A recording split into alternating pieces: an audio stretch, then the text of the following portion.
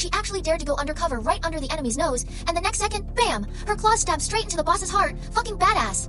Dylan's arm was slung over Bella's shoulder as she helped him hobble step by step out of the room. Blood was still seeping from his wound, and his face was pale as hell, but the guy gritted his teeth and didn't make a sound. Where's Horan? Dylan asked in a low voice. He just left. Probably went to find Victor and the others. Bella replied. But he doesn't know. I already took care of 2 of his goons. Dylan nodded, his expression complicated. You've got some serious guts. Bella chuckled lightly. What can I say? When you're this close to kicking the bucket, what's there to be scared of? They reached the exit on the basement level. Bella pulled out a key and unlocked the door. Outside was a dimly lit hallway. She cautiously peeked out, scanning for any signs of movement. Once she was sure the coast was clear, she helped Dylan forward. How much longer can you hold up? Bella asked. Dylan took a shaky breath. I can manage for a bit. Don't worry about me. Just focus on getting us out of here. Bella frowned. Don't push yourself. Once we're out of this building, I'll figure out how to patch you up. The two moved carefully through the hallway, finally reaching a door that led outside. Bella pushed against it, only to find it locked. God damn it.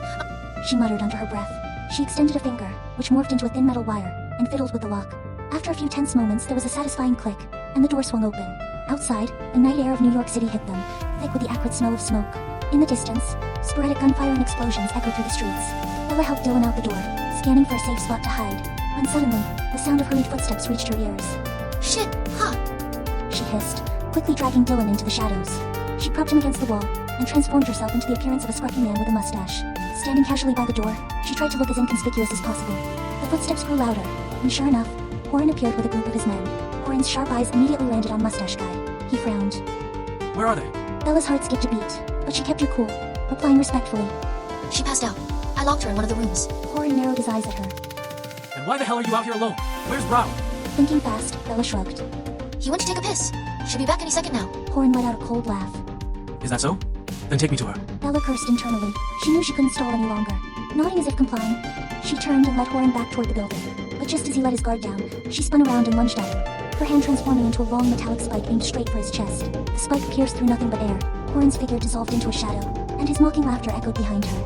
I knew it was you. He sneered, stepping out of the darkness. Did you really think I'd fall for your little act? Bella gritted her teeth and shifted back to her original form, her razor-sharp claws glinting under the dim light. Then let's see who's got the upper hand. Horan laughed maniacally. You think you can take me on with those cheap tricks? Don't make me laugh. Before Bella could respond, his shadow surged toward her like a tidal wave. She leapt back, slashing at the darkness with her claws, but her attacks passed right through it. The shadow had no physical form. Horan's voice echoed from all around her. You can't touch me. Just give up already. Bella forced herself to stay calm, analyzing the situation. She knew she couldn't beat him head-on, but she wasn't out of options yet. Suddenly, she turned and bolted toward the exit, shouting at the top of her lungs. Victor, help! Horan hesitated for a split second before smirking. Scream all you want. No one's coming to save you. But just as the words left his mouth, a low gunshot rang out in the distance. A dark figure dropped from above, landing gracefully in front of Bella. Who said no one's coming? Victor's cold voice cut through the tension. He held a sniper rifle in his hands, his piercing gaze locked onto Horan. Bella let out a breath she didn't realize she'd been holding. Damn it. Why does this guy always have to make such a dramatic entrance? She thought. Horan's shadow flickered uneasily, clearly wary. You think a gun's enough to stop me? Victor smirked. Why don't we find out? He raised the rifle and fired. The bullet whizzed through the air, but Horan's shadow twisted and dodged just in time. You really think I'd just stand here and let you shoot me? Horan sneered. Victor, unfazed, replied coolly. Who said I was aiming to kill you with bullets? As he spoke, Bella felt a faint tremor beneath her feet. Looking down, she noticed a glowing circle of strange runes etched into the ground. What the hell is this? She asked, startled. A trap. Victor said nonchalantly. Specifically designed for shadows. Horan's shadow quivered violently, realizing too late that he'd been lured into a trap. He tried to escape the glowing circle, but an invisible force held him in place. You bastards. Horan's voice wavered with panic.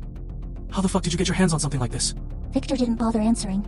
Bella seized the opportunity, lunging forward with her metallic claws. This time, they struck true.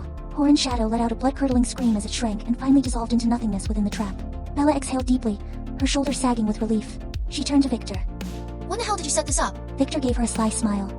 Been ready for a while. Just needed him to take the bait. Bella rolled her eyes. You're such a sneaky bastard. Victor raised an eyebrow. Takes one to know one. They exchanged a glance and burst into laughter. But Bella quickly remembered Dylan, still slumped against the wall. She rushed over to him, helping him to his feet. We need to get out of here, now. Victor nodded. Let's move. We'll deal with the rest later.